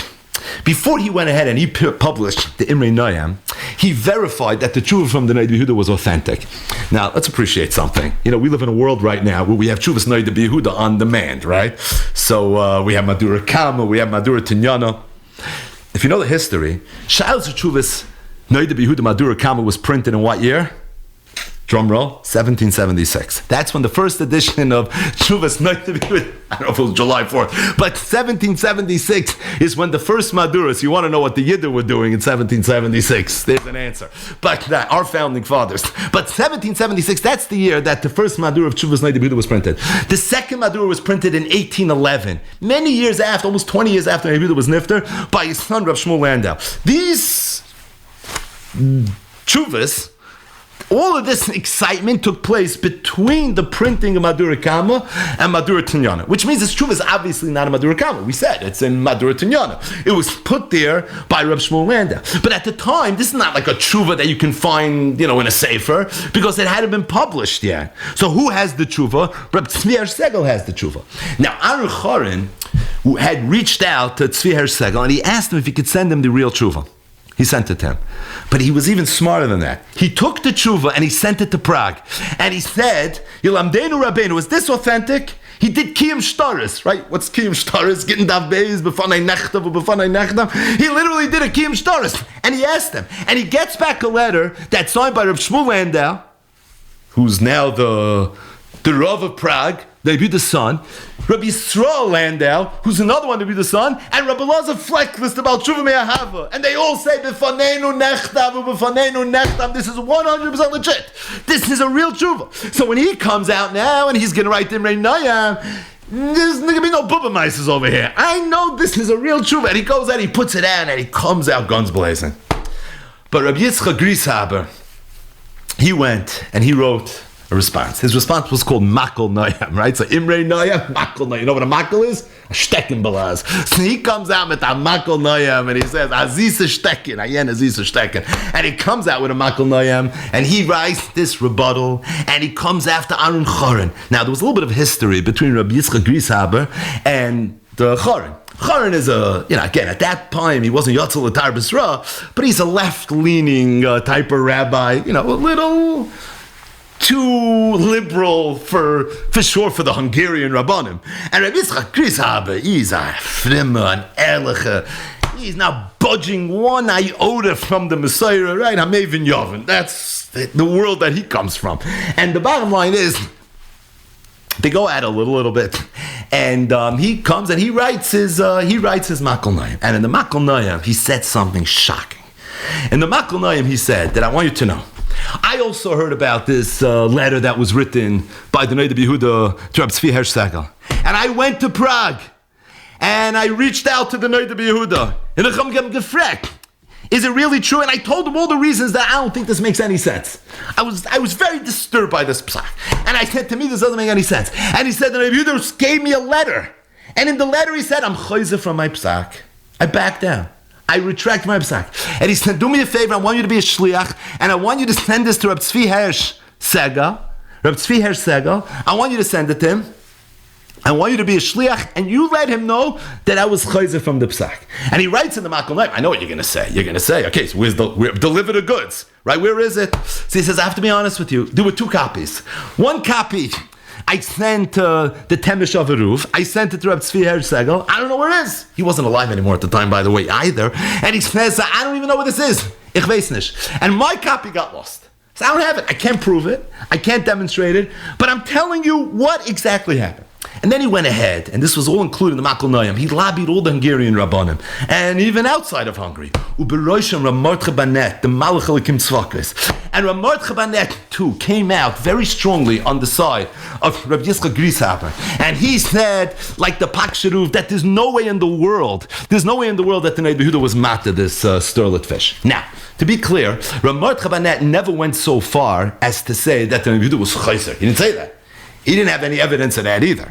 But at the same time, there was no way in the world in his mind that this was something that was okay. Now it's interesting, just hit the pause button for 1 second, that one of the big Manda Amars in this whole pulmus was Rav Mordechai Banet, as we just mentioned. In fact, just recently, Shailas HaTshuva's Precious Mordechai on Yeridea was published. Archaim came out a year or 2 ago. This is already on Yeridea. It was put out by a young man. His name is Reb Leiby Klein. I had the privilege to speak to him this morning. Bechlal about Rav Mordechai Banet, Befrat about this whole sterlet controversy. He's a murdiger, bachenta, balkishrindiger, geschmacki Gemar. He did an unbelievable work. And in the back of this Yeridea volume, there's a nisfach. It's many, many pages where he goes through this inyan very, very clear. Incredible footnotes, mamish kedai to go through. But the bottom line, this is Rav Mordechai Banet's class. Every Sfarim Shach should have this anyways. But this is class super classic. But inside the new Precious Mordechai, there's 3 simanim that are dedicated to the Shaila. Simanim from Mordechai Banet. Siman Dalid, Siman Lamed Aleph, and then Siman Mem Vav. If you go through these simanim, and in the Nisfach, Reb Leiby makes a big deal about this, there seemed to be steers in Rav Mordechai Banet, what his attitude was towards what this tshuva meant. He never said he was chayzer, but there's definitely like a little bit of confusion. Just read a few excerpts. In Siman Daled, the Rav Mordechai Banet says, "Ubeli safik shagoyin lo yal ashtirlich neschafen." There's no way in the world that he was matir this fish over here. He says there's no way that he was ever mat. Can't be. In Siman Mem Vav, and this is written to Aaron Chorin, so there he has already a whole arichas. And in the middle he says like this, Oy toila b'zeh hadimyin, Oy toila atzma be'ilan gadol asher shmoi Noda B'Yehuda b'Yisrael. He said, Chorin in his Imrei Noyim says that this is kosher based on the Noda B'Yehuda's tshuva. Gadol adinenu meireinu v'rabbeinu zechat tzadik levracha. V'chalila shneyatza kazois melifnei hashalo kamoyu. Chalila the Noda B'Yehuda said that this sterlet fish is kosher. Ubeli safik loy hoya lefanav adag anikla shtir l'chaytik. He had a different type of fish. He said, because I went ahead, and by the way, Rav Mordechai Banet had done some public scaling of this fish. He did it in Vienna, and his finding was that he couldn't remove it. So he said, there's no way that he meant this fish. Somebody, I believe, must have fooled the Noda B'Yehuda. And when they gave him the fish that they claimed was the surgeon fish, it must have been something else.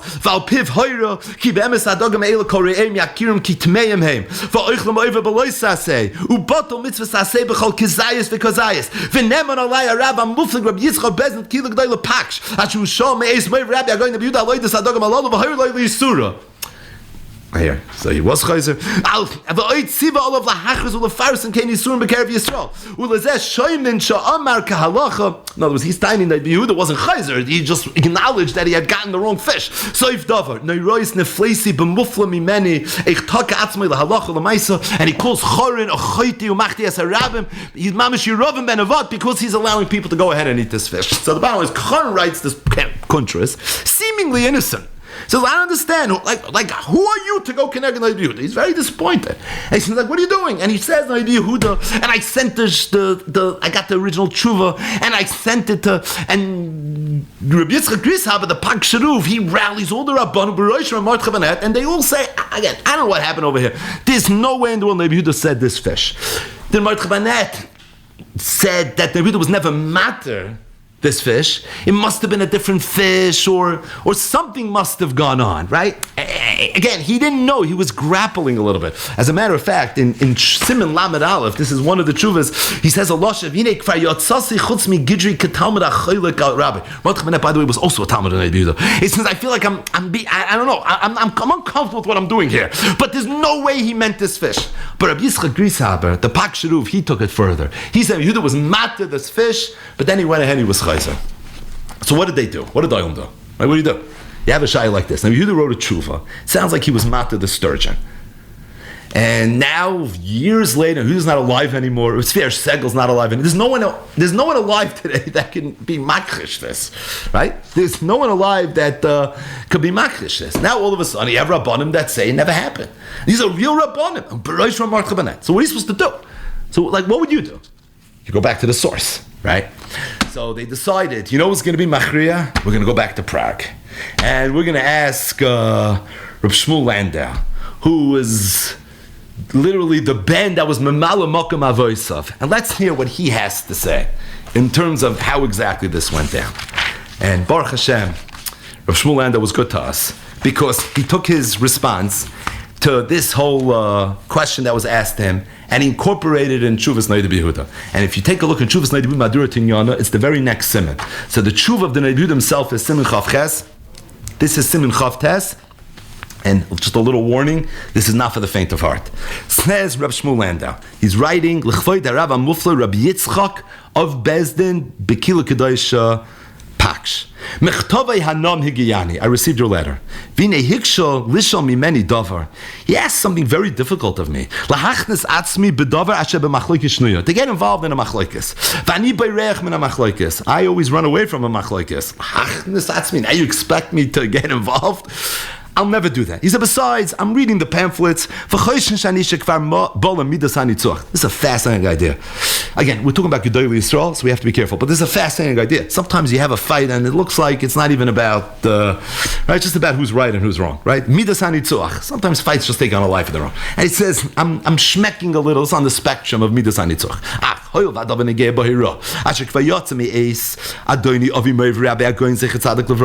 But being that who's at the heart, who's in the eye of the storm? It's my father. I feel like I need to respond. And then, by the way, here's a copy of my father's original tshuva. Either way, says Reb Shmuel Landau that take a look at the tshuva. You're going to see.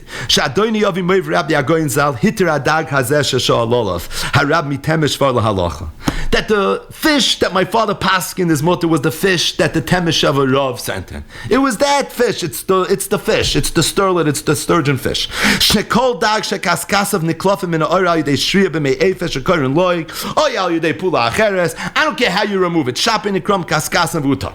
And then he says, "V'tomeyani." It's unbelievable to me. I can't fathom. Shekosem malosai. She'adoini avi meiv Rabbi Agoin Zechron Levracha Hodar Boy Meharazais.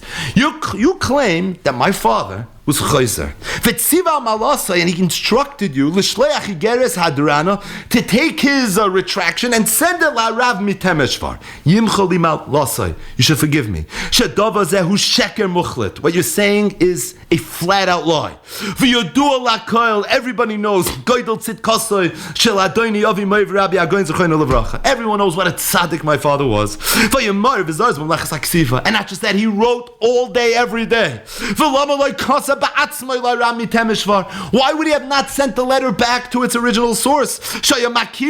He knew him. You know how many years he spent in my father's house? We knew him very well. He was very close to him. Why didn't he send it? This is not like some strange person. He knew him very, very well. You think he was going to rely on you? I want you to know my father was such a tzaddik. He was so medactic when it came to him writing a tshuva. I'm telling you, my father would have not slept. He would not put his head on a pillow. He would have sent it with the proverbial gamla parcha. He sent the tshuva out into the world. Not printed yet, but still, it made its rounds. That this fish is mutter, and you have yidden that are sitting at a kiddush club, and they eating this sturgeon fish, and you think for 1 second my father would not have thought that he needs to put pashkevillin all over Europe to tell everyone it's awesome? So what are you doing?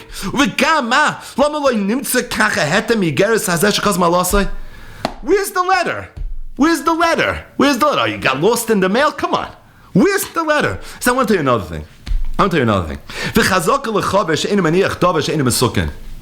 There's a chazaka that, if you walk into a Talmud Chacham's house and you see as an apple, you could eat the apple if he gives you permission. You don't have to be concerned that it might be teva. Why? Because there's a chazaka that a chaver is einu meniach dava she'einu mesukim b'toich beisai. He says, my father, when he passed away, he left over a stack of stuff. He left over a whole pile of chuvas. You know what those chuvas were for? They were meant for Madura Tinyana Noida Behuda. He had printed Madura Kama, and he was getting ready for Madura Tinyana. He says, do you know this chuva that he sent to Rav Tzvi Hersh Segal is in that stack? Do you know it's sitting over there? How could he have left it there? He's chayzer from it, and he never thought to take it out of his pile of. You can eat an apple, because chazakos, and my father would leave a tshuva that would have been machshel rivos alpha Yisrael in the isser of eating shkotzim and ramosim. How is something like that possible? At the very least, lichtoi betzidoi. He should have left a little paper that said he was chayzer. It's posh, you have no nemanis. You don't even have the letter.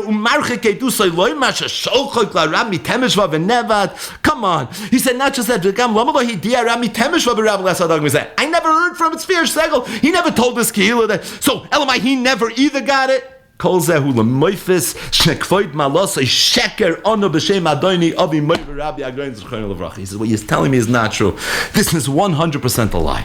Now, in the course of the tshuva, he tells him, "Vanidonis malosay lekavschus shekavanosay l'shem shamayim." I know it's your kavanas l'shem shamayim. Shelafito usay shebe'enav niragada, because you mistakenly think it's awesome, so you think you need to save the world.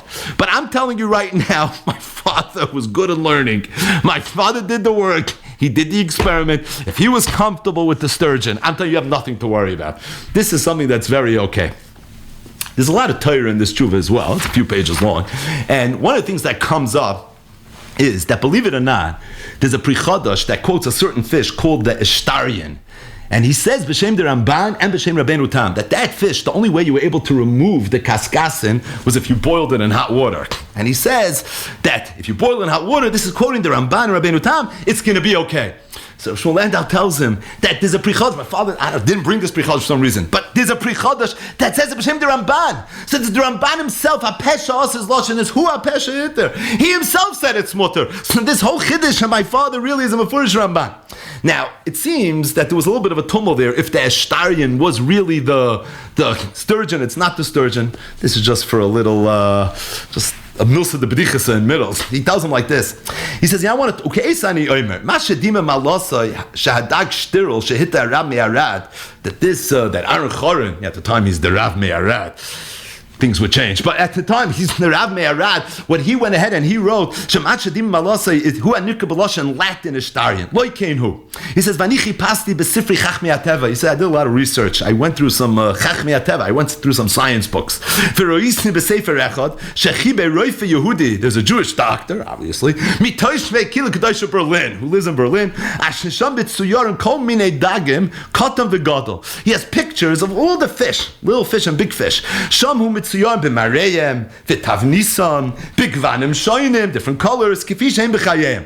V'sham nirsham kol teva hadagim, talks all the physical qualities of the fish, u'makam moitze'eyim, where you can find them, u'shmoisam, their names, ashenikra alei adamais, am va'am kil shoynim u'chisav. Right, whatever you want, you can find a little kil shoynim u'chisav. V'sham ra'isi, over there I found, ki agdag, ishturian, the Isturian fish, Nikra B'Lashon Latin, Sturia. U'B'Lashon Italia, Sturiano. U'B'Lashon Sarfas, Estarian. U'B'Lashon Deutsch, Steiner. U'B'Lashon Ungarn, Ketchejegi. But the bottom line is, you can't make this up, but here's what he says. In Italy, it's known as the Sturiano, and in Hungarian, it's Ketchejegi, right? Kokoshkek. But the bottom line is this. I don't know, it made me laugh. You can't make this up, right? So the kid said, this Ketchejegi is a whole different Indian, it's a different Maisa. This is not what we're going on over here. Anyways, it's a long tshuva, and at the very, very end, the last paragraph, Klalo Yishal Davar, doubles down, does Reb Shmuel Landau. And he roya shem Allah say, Bolech al midas anitzuach. He said, I see that all you want to do is win. I went through your whole country, your whole pamphlet. You're all over the place. And as it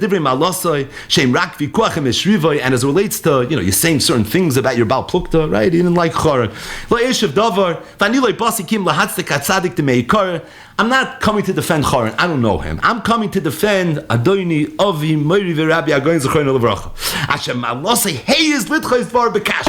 That you wrote a kuntris to go connect him, ulas miach es dvarov kedivrei barbe rab dechad yoyma, and you're treating my father like this is his first day on the job, and he made some sort of mistake. Oh, you punk was machshel tens of thousands of Jews. Come on, that's my father. Ule igur be'elash esleimchan al arasai, and you write makol noyam to be moich against people that are soimich on his heter.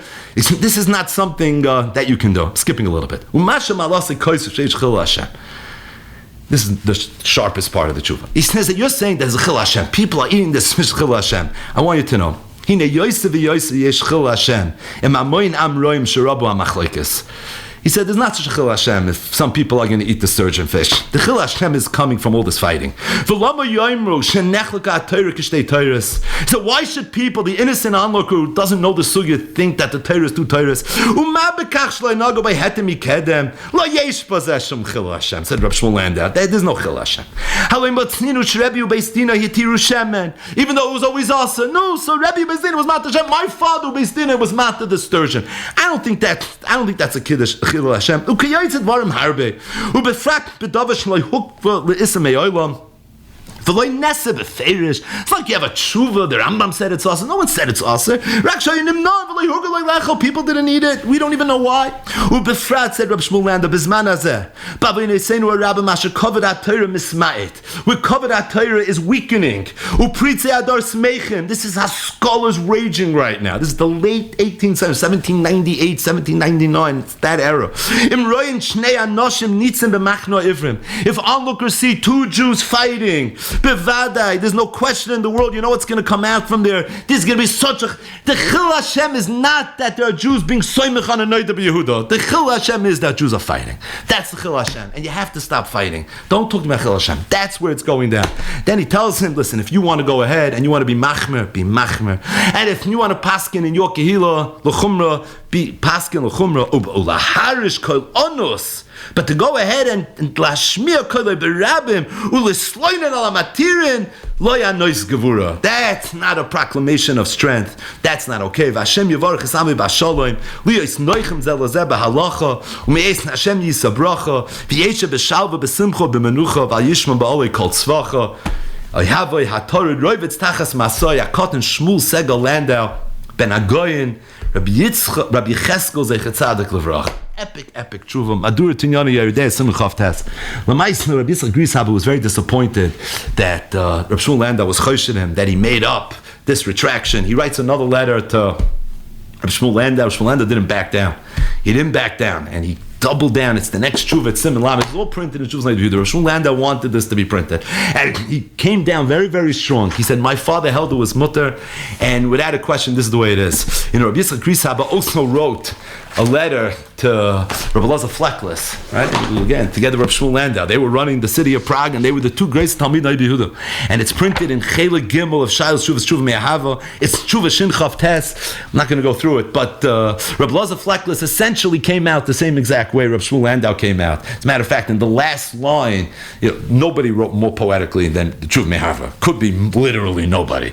He's so poetic, and it seems that one of the things that Rabbi Yitzchak Grisaba, the Pak Sharuv, wrote in his pamphlet was that any person that's going to eat from this sturgeon fish is not going to be zoicha to eat from the Levyasan. Not going to be zoicha to eat from the Levyasan. And he tells the Tshuva Me'ahava, he says, it just bothers me so much that people are being soymich on the Nidbi Yehuda, and they're eating this fish, and the Nidbi Yehuda, and you, and the Prague Bezdin, you're standing by this heter. He says, I want you to be able to be zoicha to eat from the Levyasan. So he writes back, Umasha Kosam Alosoi, Vayeta Yitzchak Lashem, right, his name was Yitzchak. Vayeta Yitzchak Lashem Aleinu Arabonim, Bezdin sheyahafach levivenu sheniske v'nichya v'noichal misudas levyasan ki nochon libay batuach b'Hashem, because he's very confident that kol amater adag hazel lo yoichal misudasoi. He says kol hashemeach yitzachak loy v'levyasan zeh yotzal l'sachik bo. He says you're making me laugh when I hear this. Ulevai sheyispalul kol hayoyim, if you want to be zoichet to eat from the levyasan v'lo yichapes acher chumris chadoshes. He's trying to find new chumris ve'enoi Kain das Rabbi Yitzchak. Listen to this poetry, and this is mamish nish normal. He says this is not the sheet of Rabbi Yitzchak. B'marava in Talmud Yerushalmi Perek Tes Mesechta Zadorim she'amar lo yidayich ma she'osra Torah ela she'ata oiser aleinu dvarim hamutarim. He quoted the Rabbi Yitzchak in Yerushalmi Zadorim Perek Tes. The bottom line is, in Prague, this did not go over well. This whole Indian, it didn't go over well, and they stood very firmly by their heter. In fact, in Prague, they ate the sturgeon. It was something that they ate. They held it was mutter. They held the Neduda was matter. And this was the minig as it was there. Lamaisa, this tumult took on a life of its own.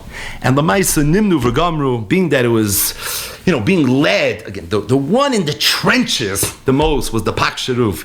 But the support that he had by the G'dayli Yisrael, there's a Yesh Oimrim, there's a lot of tumult in this poemus, whether a Meshulam Igra, who was the Preshberger Rav, and, definitely one of the G'dayli Oimrim, not the Gadol Adar. Where he stood, it seems like he was also from the Machmirim and from the Oisrim, and for sure a Mart Chabanet. And the bottom line is, at the end of the day, the Oisrim won, and the Machmirim won. And it's for that reason, Ada Yoim Mazeh, until today, the sturgeon fish is considered a non-kosher fish. And there is no orthodox, halachic, kashrus agency in the world that will give a heter and will give a hashkach on the sturgeon fish. It's not going to happen. So at the end of the day, the Machmirim won. And it's really, when you think about it, it's just so fascinating. It's so fascinating. Whenever you go through one of these polemics, we did an abridged version of it, but whenever you go through one of these polemics, it's always like, what's the punchline, right? What's the takeaway? I don't know. I'm really not sure. I'm a little torn. To me, for sure, the more interesting part of the polemic is the aftermath. It's not is the fish kosher or not. It's that it was chayzer, and did they send him the wrong fish? And it's even possible, right? And even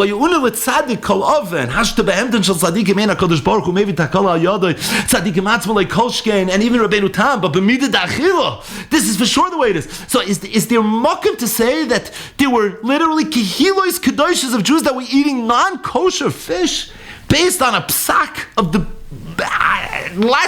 biggest poison in the last it's exactly 250 years since Madura Kama was published, right? The biggest poison in the last 250 years. Could you say that? I don't know. Could you say that? It doesn't sound like you could even say that. It's impossible. How could the legacy of the Noida Yehuda have this reyes on it? It's almost not possible. But you go through it, and there's a lot of things that cause you. Again, this is just me. Leaving. What went on here? First of all, what was the mitzias? Rabbi Yehuda said he peeled it off. He said he was able to do it with a keli, and once he soaked it, then then for sure he was like. Ramat Chabanet said he did a public experiment. He did it in Wien. There were many rabbanim there. We couldn't get it off. It was impossible to get it. So what was the mitzias? What is the mitzias today? I don't even know. But what was the mitzias? Could you peel it off, or could you not peel it off? The other question is, where was the Pak Shirov coming from? what was Rabbi Yitzchak Grishaber's, what was, Rabbi Yehuda was really chayz, doesn't sound like it, right? So what, he was saying this for a reason. The Teretz says he thought it was Aser. And by the way, there's no question in the world Hashem Shemayim Nischav. He's a tzaddik yisoid olam. I was even hesitant to say this but he was a tzaddik yisoid olam, and he was doing this 100%. You look at what was Chulin's agenda. Now, hindsight's 2020. So if you look back in time, Chulin is some very left-leaning rabbi who eventually, was Yatzel L'Tar B'Sra, in the words of the Chassam Sofer. So if that's the case, this looks like an early sign. But then again, you read the Imrei Noyam, you don't see it. And he's defending the Noy de Yehuda. And the Prague Bezdin agreed to him. They said he's right. So is this a sign of, Chulin at an early age already showing Episa Simon over here? Or no, Chulin actually got this one right. And we understand history treats the Pak Sharuv a lot better than it treats Chulin. But in real time, in the late 1790s, he's a Rav of an Hungarian city like the Pak Sharuv is, and technically he's on the right side of things. It's not clear. Was this related to Chodesh Asam and Atayra? I don't know. Could be this is what was going on. Haskell is raging. Shmuel Landau tells him, he said, why be mar machloikis? The Haskell is raging. People want to say, see shnei ivrim nitzim b'machne. Maybe that's where he's coming from. You're going to take a fish that everyone always held was awesome. Now you're going to eat it? Who knows what's going to come next? Now, the Chassam Sofer's battle cry, Chodesh Asam and Atayra, wouldn't start until later. But again, this is definitely early stages Haskalah. There's no question in the world. And this is the Hungarian shita of we're going to protect this with literally with a shield of kaskasin to make sure that nothing's going to get through. So again, this leaves you hanging. It feels like the Yehuda held it was muftar. It's almost, again, that's what came from Prague. But then Ramar Chavan said, no, so we're going to be machriya? I don't know. This is a very, very hard one to be machriya. It's not so clear what the legacy of this tumult is. This idea that Adam Gadol writes a tshuva and he comes out a certain way and the people get uncomfortable, and then, all the stories start coming. He was chayzer, he wasn't chayzer, he meant this, he meant that. This is a clinic in terms of how you go about that. I don't even think it's a question in the world. This is a clinic. Read Reb Shmuel Landau and Yeridei Madur Tinyana Sim Chav Tes. Sheker Much gives him 6 reasons why this is for sure not what happened. One thing I will tell you, I don't know if you know, but the sturgeon fish, right? You know anything about sturgeon fish? It's a very expensive fish. In fact, the caviar that comes from sturgeon is the most expensive caviar in the real caviar. And this is something that's eaten only by the mamish. You could pay thousands for a beluga sturgeon caviar. It could be like $1,000 an ounce. This is like very, very high-end stuff. So the fact that Nimnu V'Gomer, the sturgeon, is not kosher, definitely saved Klal Yisrael a lot of money. I don't think that's the legacy, but for sure, because if not, this would be on every fish board that you've ever been to at any Tayameh. They would say, you pass the sturgeon, please. I'll take the beluga sturgeon with the beluga vodka. That would make for a great 1-2 punch. The bottom line is, no one's going to eat it today. It's considered, already a few hundred years of not okay.